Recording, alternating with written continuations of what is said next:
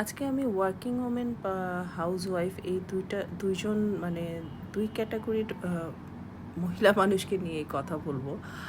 যদিও আমিও একসময় ওয়ার্কিং ওমেন ছিলাম, আমি জবও করেছি, বিজনেসও করেছি, এখন আবার আমি হাউসওয়াইফও।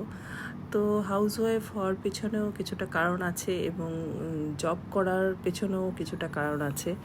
সেটা ছিল জব করতে হবে কেন, জব করতে হবে কারণ হচ্ছে এটা আমার ইচ্ছা ছিল, পড়াশোনা করে কি করব, কিছু না কিছু তো করতে হবে। তো আমি ডায়াবেটির অ্যাডমিনে ছিলাম, বেশ ভালো পজিশনে ছিলাম। তো সেখান থেকে আমার ছোটো বাচ্চা যখন কনসিভ করি আর জবটা কন্টিনিউ করিনি, তারপরে বেশ কিছুদিন গ্যাপ দিয়ে আমি আমার একটা বিজনেস স্টার্ট করলাম। আমি গার্মেন্টস বিজনেস স্টার্ট করলাম। আমি নিজে একটা ফ্যাক্টরি দিয়েছিলাম, গার্মেন্টস ফ্যাক্টরি। বেশ কিছু পুঁজি আমার হাতে ছিল সেটা দিয়ে।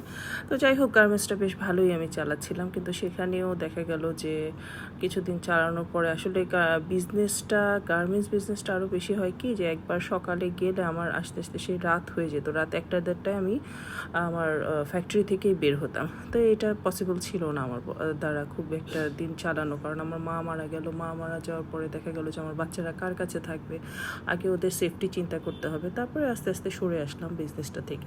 যাই হোক, আমি যেহেতু দুইটা ভূমিকাতেই আমি ছিলাম, তাই বলতেছি যারা ওয়ার্কিং ওমেন তাদেরও রান্নাবান্না ঘর সংসার দেখতে হয়, যারা হাউস ওয়াইফ তাদেরকে আমার মনে হয় কি তাদের উপর একটু বেশি চাপিয়ে দেয়।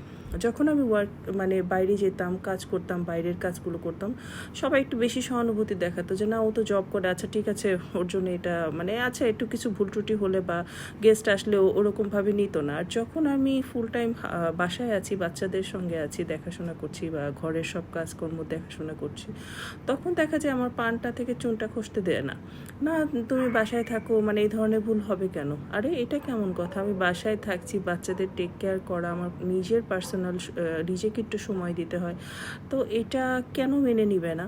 আর একজন ওয়ার্কিং ওমেন হলে তার জন্য অনেক ধরনের ফ্যাসিলিটিস, তার জন্য হেল্পিং হ্যান্ড রেখে দিতে হবে।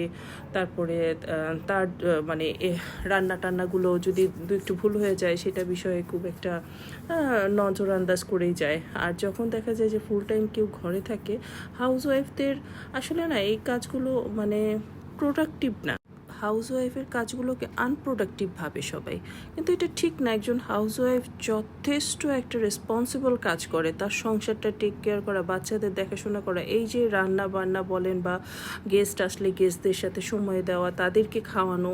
একজন ওয়ার্কিং ওমেন তো সেটা করবে না, সে বলে দিবে যে না, আমার হাতে সময় নেই, আমাকে অফিসে যেতে হবে, ব্যাস চলে গেল। কিন্তু সে তার ফ্যামিলি দেখতেছে, এটার কোনোই মূল্য নাই।